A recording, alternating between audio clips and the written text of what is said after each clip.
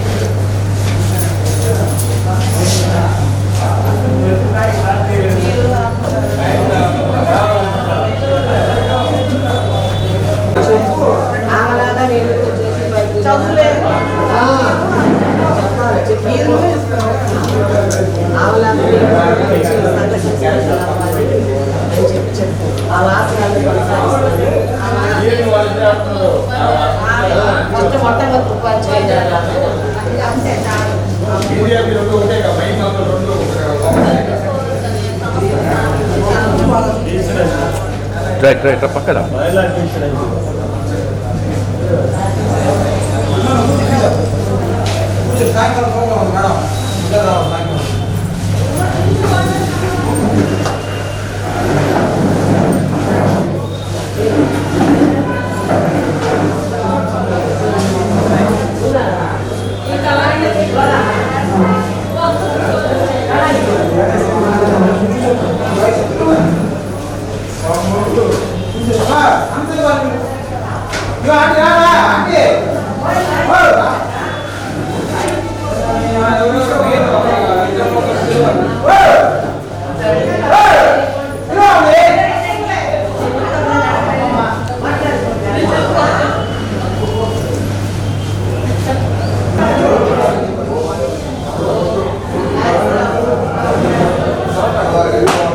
ఈరోజు రాష్ట్ర పార్టీ ఉపాధ్యక్షులు మన దామచర్ల జనార్దన్ గారి ఆధ్వర్యంలో మన నిమ్న జాతుల కోసం ఎంతో త్యాగం చేసిన మహాత్మా జ్యోతిబా పూలే సతీమణి సావిత్రిబాయి పూలే గారి 193వ జయంతి సందర్భంగా ఈరోజు జిల్లా తెలుగుదేశం పార్టీ ఆఫీసులో ఆమెకి నివాళులు అర్పించడం జరిగింది.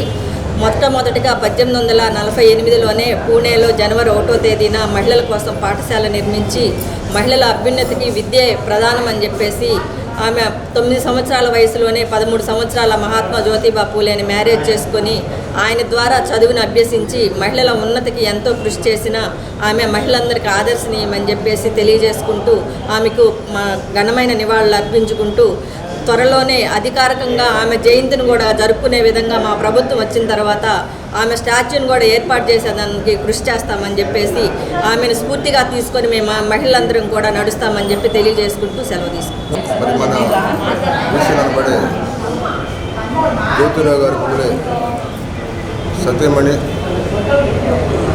మరి ఇప్పుడు మా చెల్లెలు చెప్పడం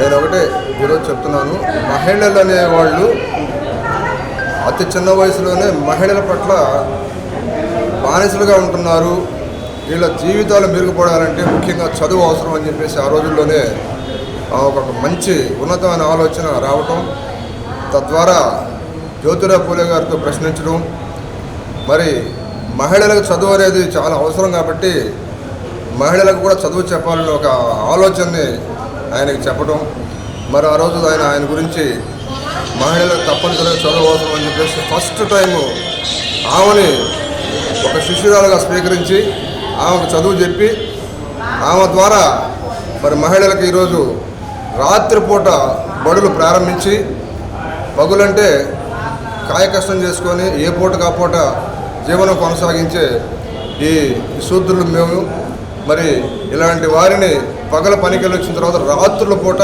ఆమె స్కూళ్ళు నడిపి మరి రాత్రుల్లో మహిళలకు అనేది ముఖ్యంగా చదువు అనేది నేర్పించి మరి ఈరోజు సగం వంతు ప్రజల్లో మేము కూడా ఉన్నాము అనే ఒక ఆలోచన క్రియేట్ చేసిన మహిళలకి మరి ఈరోజు కలెక్టర్లు ఉన్నారు, జడ్జీలు ఉన్నారు, రాష్ట్రంలో మంత్రులు ఉన్నారు, సెంట్రల్లో మంత్రులు ఉన్నారు, మరి వీళ్ళందరూ ఉండి ఈరోజు ఇంత సంతోషంగా ఉన్నారంటే దానికి ప్రథమ ఉపాధ్యాయురాలు జ్యోతిరావు పూలే వాళ్ళ వైఫ్. అట్లాగానే ఆమెని ఈ మహిళలు అనేది ఎప్పుడు మర్చిపోకుండా ఒక బీసీలనే కాదు ప్రతి ఒక్క మహిళ ఆ మహాతల్లిని ఆ మహానుభావుని గుర్తుంచుకోవాలని చెప్పేసి నేను మనస్ఫూర్తిగా కోరుకుంటూ ఈరోజు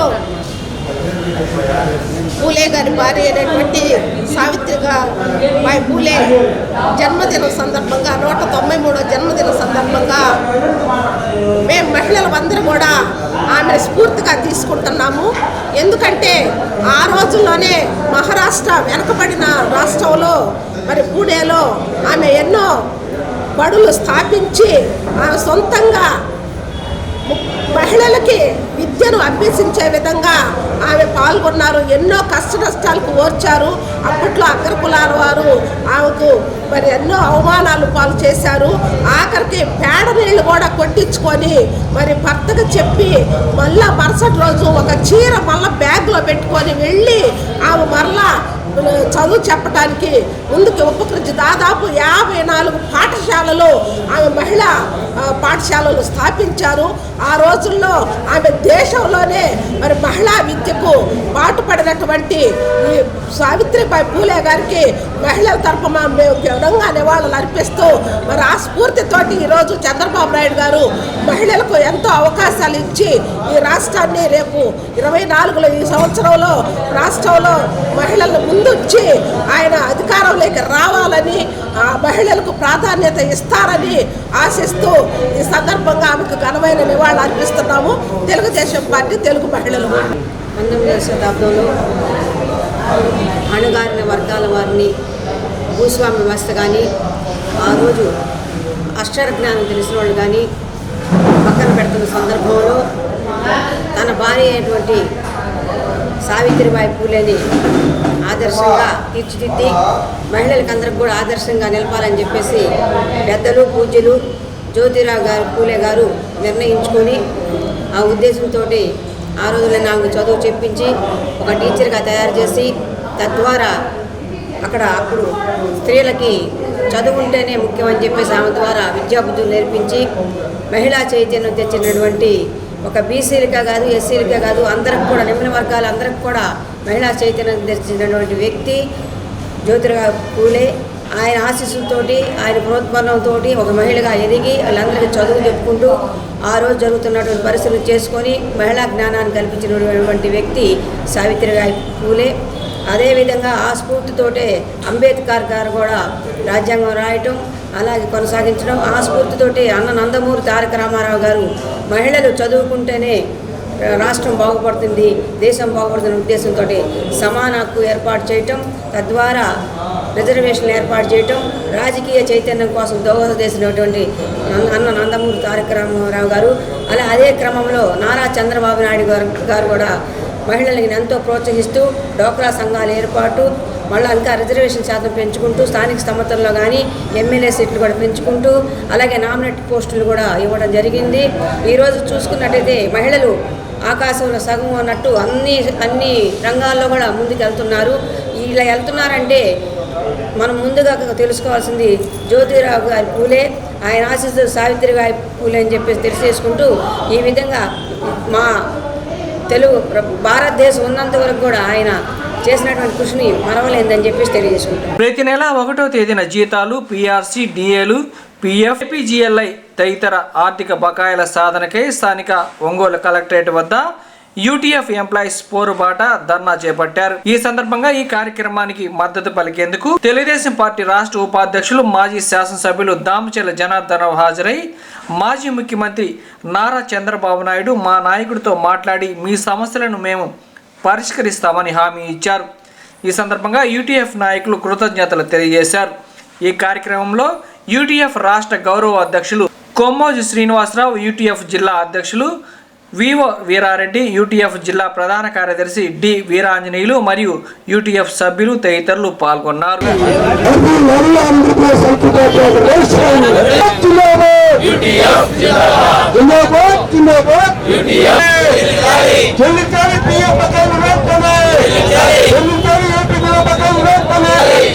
మెడికల్ రియంబర్స్మెంట్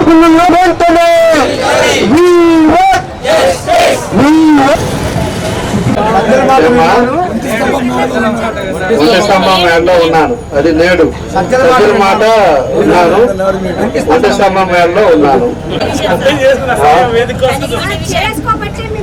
కనిగిరి వాళ్ళే సార్.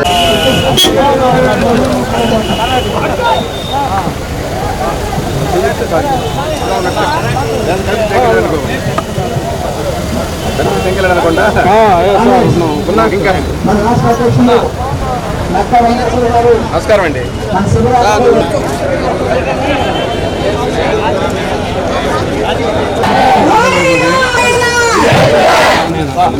వేతనాలు కూడా ఇవ్వనటువంటి ప్రభుత్వం ఎంతో జీతాలు కూడా చెల్లించకుండా చేస్తుంది. 60-40 రేషియోలో నడుస్తున్నప్పటికీ కూడా మా బడ్జెట్ వేరే వాటికి కేటాయిస్తూ జీతాలు కూడా చెల్లించట్లేదు. డిమాండ్ లేదు, పిలవనటువంటి పరిస్థితి. అందువల్ల మేమందరం 15 రోజులు చేస్తున్నాము. మా న్యాయమైన డిమాండ్ పెద్దలు గౌరవనీయులు చంద్రబాబు గారి దృష్టికి తీసుకువెళ్ళి భవిష్యత్తులో మీరు మాకు ఏ విధంగా చేయగలరు అనేది కూడా చంద్రబాబు నాయుడు గారితో మాట్లాడి మాకందరికీ కూడా సహాయం చేయవలసిందిగా సమగ్ర శిక్షలో పనిచేసేటువంటి అన్ని విభాగాల వాళ్ళని కోరుకుంటున్నాము. ఎందుకంటే అందరూ అకాల ఉన్నాం. రాష్ట్ర జేఏసీ మొత్తం ఈరోజు మొత్తం సమగ్ర శిక్ష ఎంప్లాయీస్ అందరూ మన టీడీపీ వారు మద్దతు తెలియజేస్తూ ఉన్నారు. కాబట్టి మీరు కూడా మాకు మద్దతు తెలియజేయడానికి వచ్చినారు. మా ప్రకాశం జిల్లా జేఏసీ తరఫున మీకు ప్రత్యేకంగా ధన్యవాదాలు, అభినందనలు సార్. మీరు మా గురించి కొంచెం మాట్లాడి మాకు సహాయం చేయవలసిందిగా మీకు రిక్వెస్ట్ చేస్తున్నాం. పోతే ఒకళ్ళు, ఇక్కడికి వస్తే ఒకళ్ళు, అక్కడికి వెళ్తే ఒకళ్ళు, ఆ హింస దగ్గర కొంతమంది, కార్పొరేషన్ దగ్గర ఏమన్నా చెత్తేది అని చెప్పేసి వాళ్ళంతా కూడా వాళ్ళ దర్శనలు ఎత్తిపోతుందో మీ అందరూ కూడా అర్థం చేసుకోవాల్సిన అవసరం ఉంది. ఏదైనా కూడా ఈరోజు సమగ్ర శిక్షణ కాంట్రాక్ట్ అవుట్సోర్సింగ్ ఎంప్లాయీస్ ఫెడరేషన్ వాళ్ళంతా కూడా ఈరోజు మీకు ఇబ్బందులు ఉండేవి, మీకున్నాయి. అంగన్వాడీస్ వాళ్ళకు కూడా చెప్పాం. అంగన్వాడీస్ది కూడా ఆ రోజు 10,500 పెంచింది కూడా ఆ రోజు తెలుగుదేశం పార్టీ. ఎందుకంటే పరిస్థితుల ప్రకారంగా వాళ్ళకి పొద్దుకి సాయంత్రం దాకా పనిచేస్తున్నారు. వాళ్ళకి ఏదో విధంగా ఉపాధి కరెక్ట్గా చేయాలనే ఉద్దేశంతో ఆ రోజు చంద్రబాబు నాయుడు గారు దాన్ని పెంచితే ఈరోజు 5 సంవత్సరాలు 1000 పెంచి వాళ్ళని ఇబ్బంది పెడుతున్నారు. తర్వాత మంది కూడా 14,000 ఇస్తున్నారు. మీ అందరు కూడా అవుట్ సోర్సింగ్ అది కూడా రెగ్యులరైజ్ చేయమని చెప్పేసి మనం అడుగుతున్నారు. మనం అంతా ఏంటంటే గాలిలో ఉన్నాం. ఎప్పుడు చేస్తారో ఏం చేస్తారో మీకు అర్థం కాని పరిస్థితి అయిపోయింది. ఈరోజు ఉండే పరిస్థితులు కూడా మనం అర్థం చేసుకుంటే పూర్తిగా అన్ని రేట్లు, నిత్యావసర రేట్లు కాడి నుంచి పెట్రోల్, డీజిల్, గ్యాస్ రేట్లు, కరెంటు బిల్లు 18 సార్లు అన్నీ పెంచేశాడు. పెంచేసి ఈరోజు మీకేమో జీతాలు పెంచాలంటే బాధ. 11 లక్షల కోట్లు అప్పులు తీసుకొచ్చాడు. ఎక్కడ రోడ్లు ఇలా, ఎక్కడ ఇరిగేషన్ ప్రాజెక్టులు జరగలా, ఎక్కడ పర్మనెంట్ బిల్డింగ్ స్ట్రక్చర్స్ జరగలా. రోడ్లు చూస్తే రోడ్లు అలానే ఉన్నాయి. ఈ డబ్బంతా ఏం చేశాడో అర్థం కాల. రేపు గవర్నమెంట్ మారితే కానీ ఆయన తీసుకెళ్లి జైల్లో పెట్టాలో, లేకపోతే ఈ డబ్బంతా ఏం చేశారో, ఎవరోడు తిన్నారో ఎల్లు కూడా చూడాల్సిన అవసరాలు ఉన్నాయి. అలాంటి పరిస్థితుల్లో ఈరోజు ఏమో ఉద్యోగస్తుల్ని ఇట్లాంటి వాళ్ళందరికీ ఏమో పెంచడానికి ఇబ్బంది. ఇందాక అదే పోలీసు వాళ్ళు కూడా చెప్పారు, పోలీసు వాళ్ళు రిజర్వ్ ఫండ్స్ ఉంటే దాన్ని కూడా 400 కోట్లు వాడేసుకున్నాడు. వాళ్ళ బెనిఫిట్స్ లేవు. ఈ రోజు ఉండే జీతాలు కూడా చాలా మందికి 15 రోజులకు ఒకసారి జీతాలు ఇస్తున్నారు. ఈరోజు జీతాలు కూడా కొంతమందికి ఇవ్వాలి. మీకు కూడా 2 నెలలకు ఒకసారి జీతాలు ఇచ్చే పరిస్థితి. 4 నెలలు జీతాలు. ఈ డబ్బంతా ఏం చేశాడో, అతనేమో ప్యాలెస్లో కూర్చొని బయటికి రాకుండా, ప్రజల్లోకి రాకుండా, ఈరోజు ఈ నియోజకవర్గం ఇంకోటి దగ్గర కంట, ఆ నియోజకవర్గం ఇంకోటి దగ్గర కంట, అక్కడి నుంచి ఇంకోటికి అని చెప్పేసి టికెట్లు పంచుకుంటా ఆయన పైన ఆయన కూర్చొని ఉన్నాడు. ఈరోజు ప్రజలంతా కూడా మొత్తం ఎక్కడ పట్టినా కూడా ఏడకాడికి మొత్తం కూడా రోడ్ల మీదకి వచ్చేసి ఇబ్బందులు పడే పరిస్థితులు ఉన్నాయి. ఇవన్నీ కూడా తప్పకుండా రావాలి. మార్పు జరగాలంటే ఒక సమర్థవంతమైన నాయకుడు రావాలి. నాయకుడు వస్తేనే మీకు కూడా మంచి రోజులు వస్తాయి. ఆ రోజు ఏమో నమ్మలా అందరూ, రాజశేఖర రెడ్డి కొడుకు కదా, ఏదో తను చేస్తాడో తను చూపుతాడని చెప్పేసి అందరూ కూడా ఓట్ల మీద ఓట్లు వేసేసి, టీచర్ల కాడి నుంచి, పోలీసు వాళ్ళ కాడి నుంచి, గవర్నమెంట్ ఉద్యోగస్తుల కాడి నుంచి అందరూ కూడా ఓట్ల మీద దొంగోట్లు వేసేసి మీ అందరూ కూడా ఈరోజు 151 సీట్లు ఆయనకి ఇచ్చారు. 151 సీట్లు ఇస్తే అతను చేసింది ఏందనేది కూడా మనం అందరూ కూడా ఆలోచించుకోవాలి. ఎప్పుడు మంచి చెడు ఉంటుంది. 16 కేసుల్లో ముద్దాయి, 16 నెలలు జైల్లో ఉండొచ్చిన వ్యక్తి. మంచి చెడు మనకి స్టేట్ ఎట్లా బాగుపడాలా, ముందు చూపుతోటి ఏ విధంగా చేసుకోవాలా, మన కుటుంబాలు ఎంత సంతోషంగా ఉండాలి, ఇవన్నీ కూడా మనం ఆలోచించాల్సిన విషయం. ఆయన రవనత్రాలు పెట్టాడు. దానికి మన వాళ్ళందరూ కూడా మహిళలకు ఆ రోజు అయితే గ్రూపులకి ఎంత డబ్బు కావాలంటే అంత డబ్బు, ఏం చేయాలన్నా కూడా మహిళలు కూడా ఇంటికి పరిమితం కాకుండా వారి కాళ్ళ మీద వాళ్ళు నిలబడాలని ఎన్నో కార్యక్రమాలు పెట్టింది తెలుగుదేశం పార్టీ. ఆ విధంగా చేసి మీ కాళ్ళ మీద మీరు నిలబడేటట్టుగా ఎన్నో డబ్బులు ఎంతో ఇచ్చి మీ అందరూ కూడా గ్రూపులు కట్టించి అన్నీ కూడా చేసింది కూడా తెలుగుదేశం పార్టీ. ఇవన్నీ మర్చిపోయి ఆయన చెప్పిన దొంగ మాటలు విన్నారు. ఆ రోజు నవరాత్రాలు మీకు ఎంతమంది పిల్లలు 10 మందికి ఉచితంగా జన్మిస్తారంట. అదేవిధంగా మద్య నిషేధం తీసేస్తాం, అదేవిధంగా మీకు కరెంటు బిల్లు తగ్గిస్తాం. 100 రకాలు ఎన్ని అబద్ధాలు ఆడాడో అన్ని అబద్ధాలు ఆడి ఈ రోజు ఉండే పరిస్థితి రాష్ట్రాన్ని 20 సంవత్సరాలు వెనక చేసేటం కూడా జరిగిందని చెప్పేసి కూడా మేము తెలియజేస్తా ఉన్నాం. తప్పకుండా మీరు ఏదైతే డిమాండ్స్ ఉన్నాయో దాన్ని ఏం చేస్తే బాగుంటుంది ఏంటనేది కూడా 5వ తారీఖు చంద్రబాబు నాయుడు గారు కనిగిరి వస్తున్నారు. కనిగిరి వచ్చినప్పుడు అన్నీ కూడా మాట్లాడి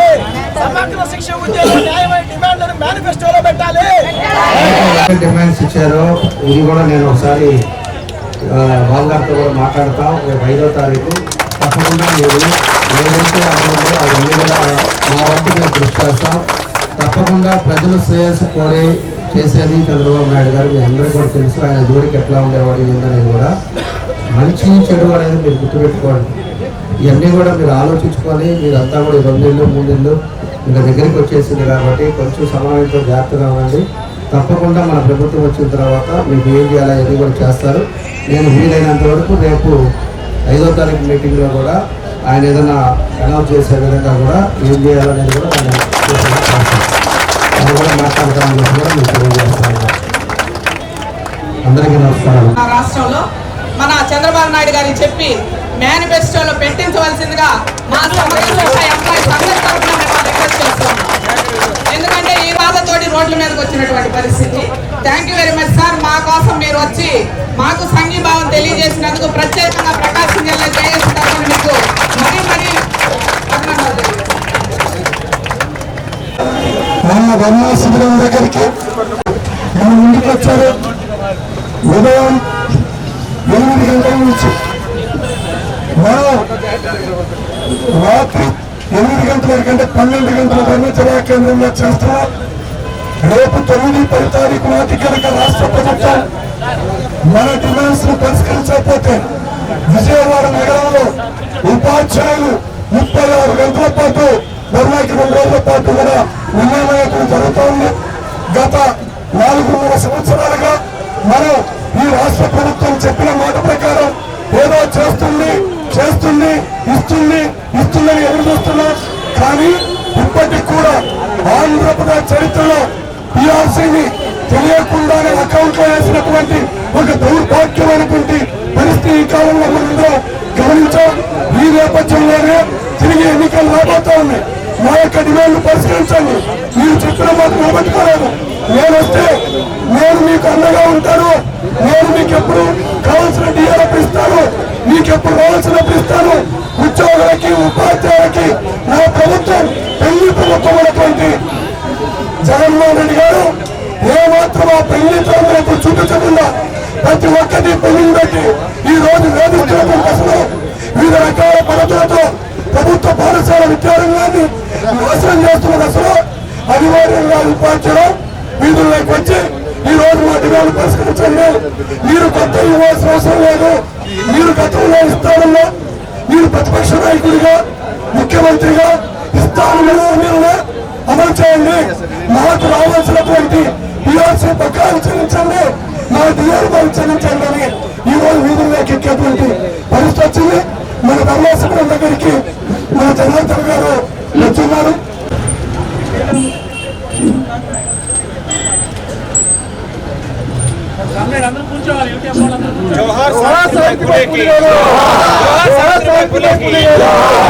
పాకిస్తాన్ సాధిస్తాం ఈ ఆశయాలను.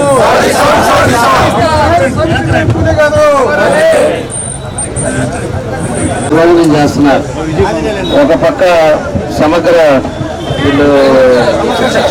శిక్షణ వాళ్ళు వాళ్ళ అవుట్ సోర్సింగ్ కోసం వాళ్ళు చేస్తున్నారు.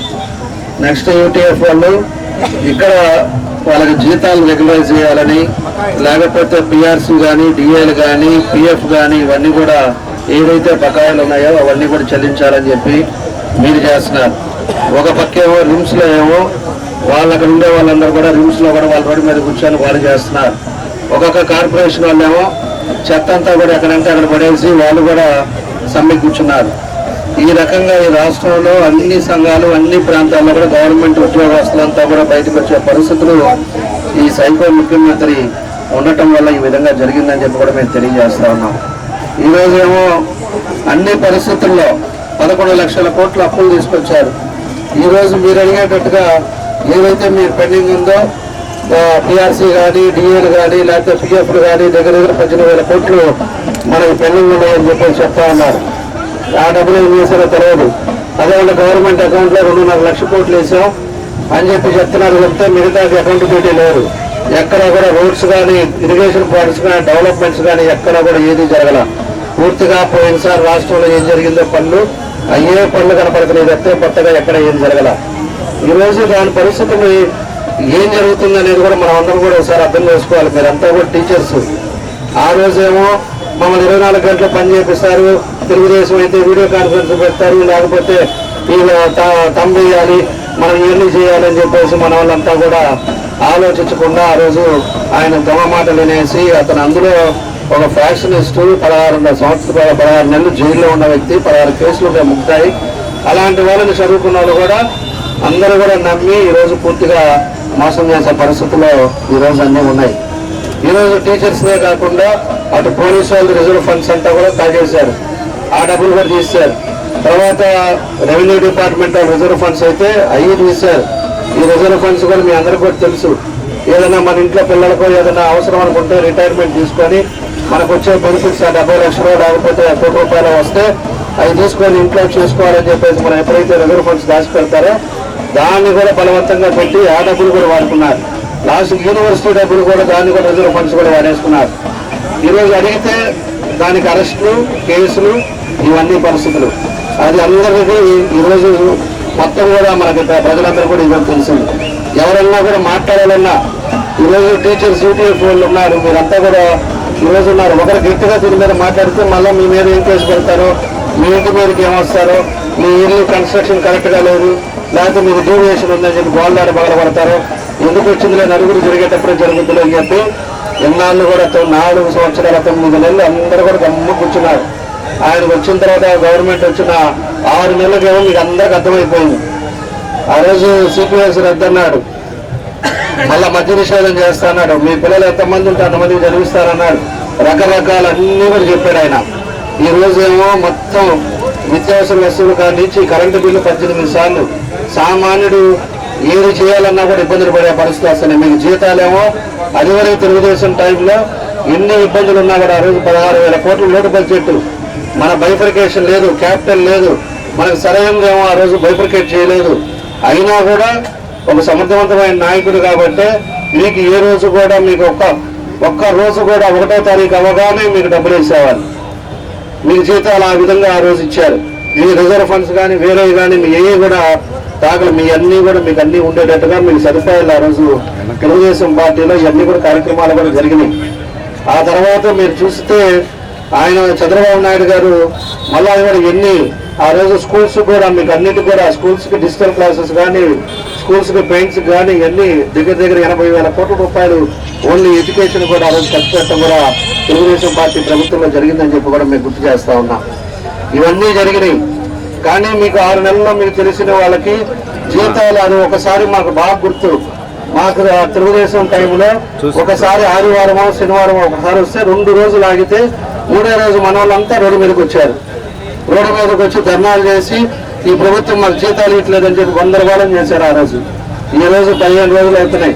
2 నెలలు అయినా కూడా మీరు ఇంకా బయటకు వచ్చేవాళ్ళే లేదు. ఈ రోజు 4 సంవత్సరాలు 9 నెలలు అయిన తర్వాత ఈ రోజు ఒక్కొక్కరు ఈరోజు బయటకు వస్తా ఉన్నారు.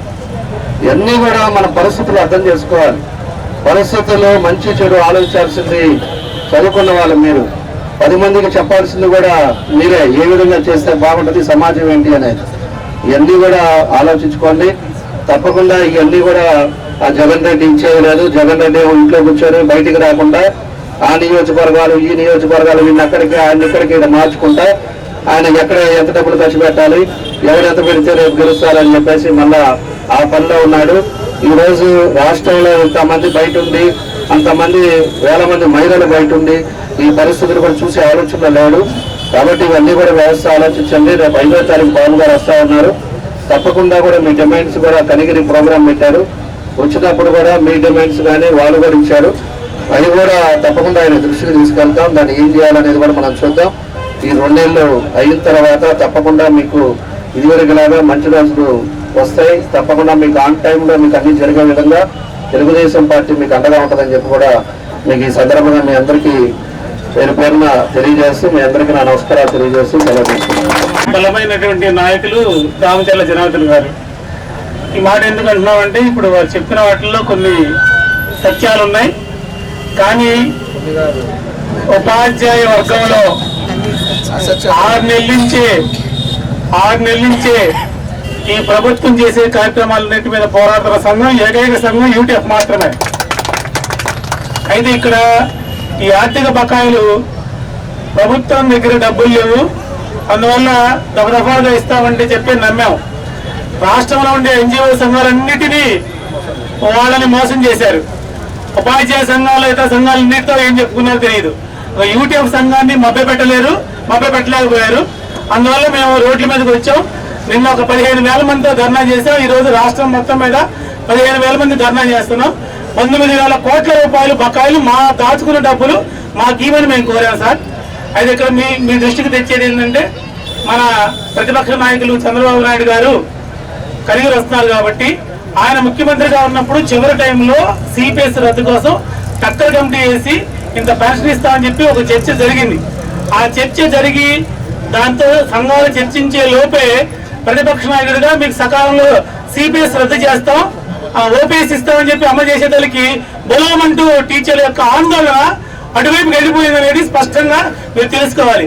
ఈ 3 సంవత్సరాల్లో వేలాది మందితో సిపిఎస్ రద్దు చేయాలని చెప్పి ఈ ప్రభుత్వాన్ని దఫదఫాలుగా అడుగుతున్న సంఘం యూటీఎఫ్ మాత్రమే. అందుకని ఇప్పుడు కూడా ఆయన 4 సంవత్సరాల తర్వాత టెక్నికల్ నాలెడ్జ్ లేదని చెప్పి జీపీఎస్ ని రద్దు చేస్తున్నాను, గ్యారంటీ పెన్షన్ స్కీమ్ తీసుకొచ్చి మంత్రివర్గ సంఘంలో ఓకే చేసుకుని చట్టం చేశాడు. ఈ చట్టాన్ని యూటీఎఫ్ సభ్యులుగా మేము అంగీకరించే ప్రసక్తి లేదని చెప్పి ఈ సందర్భంగా తెలియజేస్తూ మేము ఒకటే డిమాండ్ రాష్ట్ర కమిటీ పెట్టు, ఎవరైతే సిపిఎస్ రద్దు చేసి ఓపీఎస్ ఇస్తారో వాళ్ళకే మా మద్దతు అని చెప్పి మేము తెలియజేస్తున్నాం సార్. ఇది మేము అనుకున్న నిర్ణయం. మేము రాజకీయ పార్టీ కాదు, కానీ మా హక్కుల కోసం సిపిఎస్ ఎవరైతే రద్దు చేసి ఓపీఎస్ దిశగా మాకు సహకారం అందిస్తారో వాళ్ళకి మేము మద్దతు అని చెప్పాం. ఆ మేరకు ప్రతిపక్ష నాయకులతో మన జిల్లా వాసిగా ప్రతిపక్ష నాయక పెద్దగా మీరు ఆ మాత్రం చొరవ తీసుకోవాలని చెప్పి మా humble request. Thank you sir. Kommoju Srinivasarao, Andhra Pradesh ఐక్యోపాధ్యాయ ఫెడరేషన్ రాష్ట్ర గౌరవాధ్యక్షులు. ఈరోజు ప్రకాశం కలెక్టరేట్ ఎదుట దాదాపుగా 500 మంది పైచిలకు ఉపాధ్యాయులతో 12 గంటల పాటు ధర్నా యూటీఎఫ్ ప్రకాశం శాఖ చేస్తుంది. రాష్ట్ర వ్యాప్తంగా 26 జిల్లా కేంద్రాల్లో ఈరోజు 15,000 పైచిలకు ఉపాధ్యాయులు ఈ ధర్నా చేస్తూ ఉన్నారు. ఈ రాష్ట్ర ముఖ్యమంత్రి గారు ఈరోజు ప్రతిపక్ష సభ్యుడిగా ఉండి అనేక వరాలు ఇచ్చాడు. సకాలంలో పీఆర్సీ, రెగ్యులర్గా డిఏలు, 1వ తేదీ జీతాలు, ఉపాధ్యాయుల ముఖాల్లో సంతోషంగా ఉంటే వాళ్ళు ప్రజలకి బాగా సేవ చేస్తారని చెప్పారు. ఈరోజు మా సంతోషాన్ని కాలరాస్తున్నారని చెప్పి సందర్భంగా మేము తెలియజేసేది.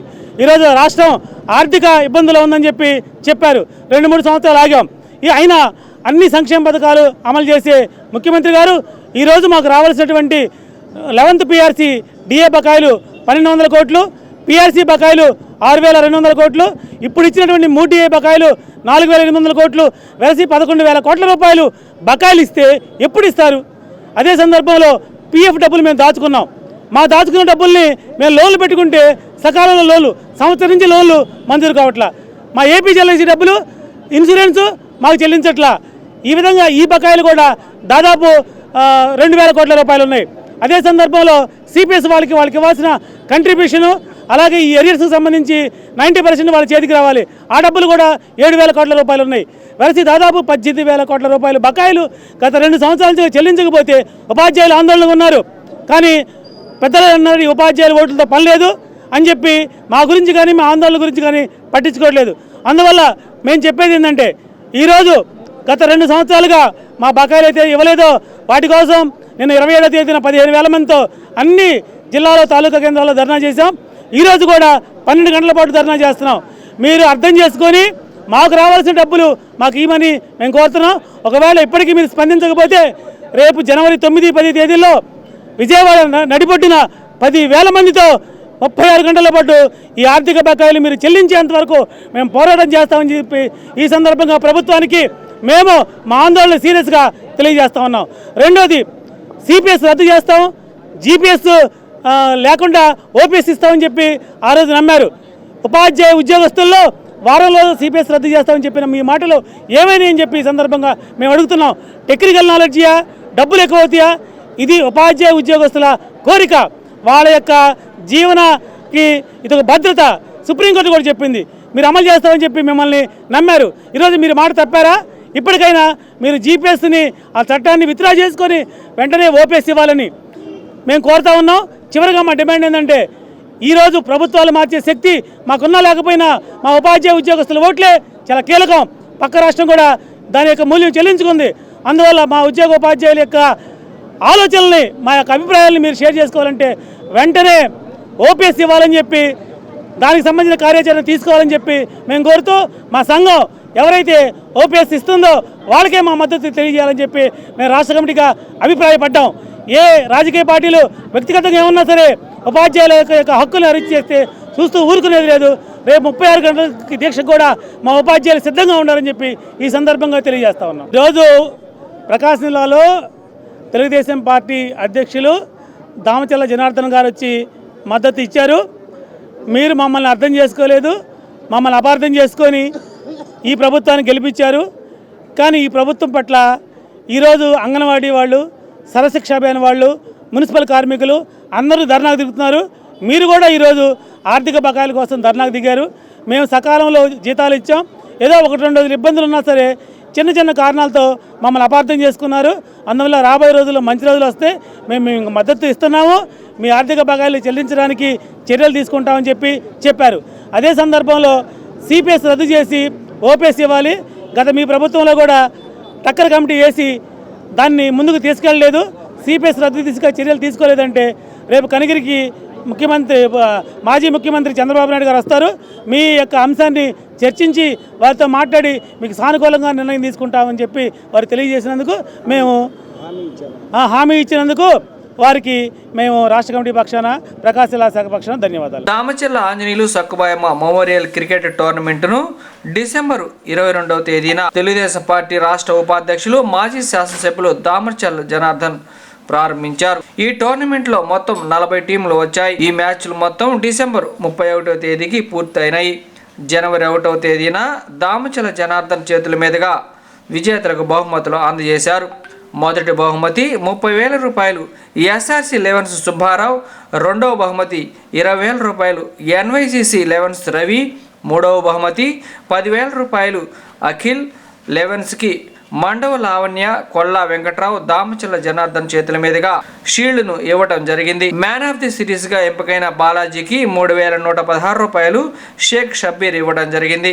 ఈ టోర్నమెంట్ ఆర్గనైజర్స్ బచ్చనబోయిన శ్రీనివాసరావు, ఉండవల్లి రాము, బోడేపూడి శివప్రసాద్, పఠాన్ జాకీర్ ఖాన్, దుగ్గిపోగు కళ్యాణ్ మరియు విక్రమ్, వేణికొంటి వెంకటేశ్వర్లు పాల్గొన్నారు. ఈ టోర్నమెంట్ స్పాన్సర్స్గా కొల్లా వెంకట్రావు, గుమ్మల సుబ్బారావు మరియు ఎస్ లక్ష్మి తదితరులు పాల్గొన్నారు.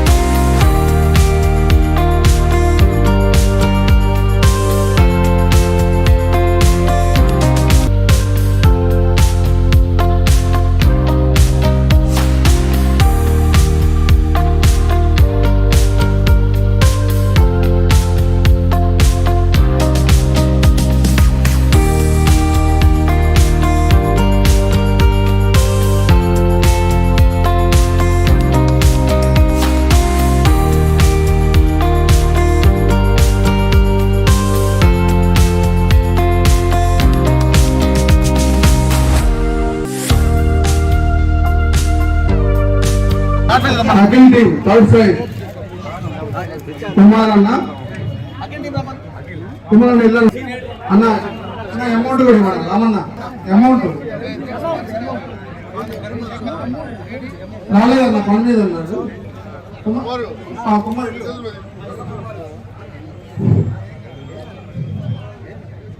Third prize Akhil team second prize వచ్చి మండవ లావణ్య గారు MICC Ravi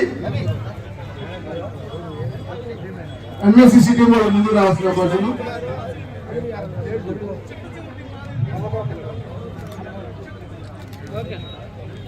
first prize Kolla Venkatrao రాలేదు. Sriram sir first prize Subbarao SRC elevens. Man of the series Balaji man of the series. Organise చేసిన డోనర్స్ కానీ అందరికి కూడా మనస్ఫూర్తిగా నా అభినందనలు తెలియజేస్తున్నాను. ఆర్గనైజ్ చేసిన డోనర్స్ కానీ అందరికి కూడా మనస్ఫూర్తిగా నా అభినందనలు తెలియజేస్తున్నాను. ఈ వార్త ఇంతటితో సమాప్తం. నమస్కారం.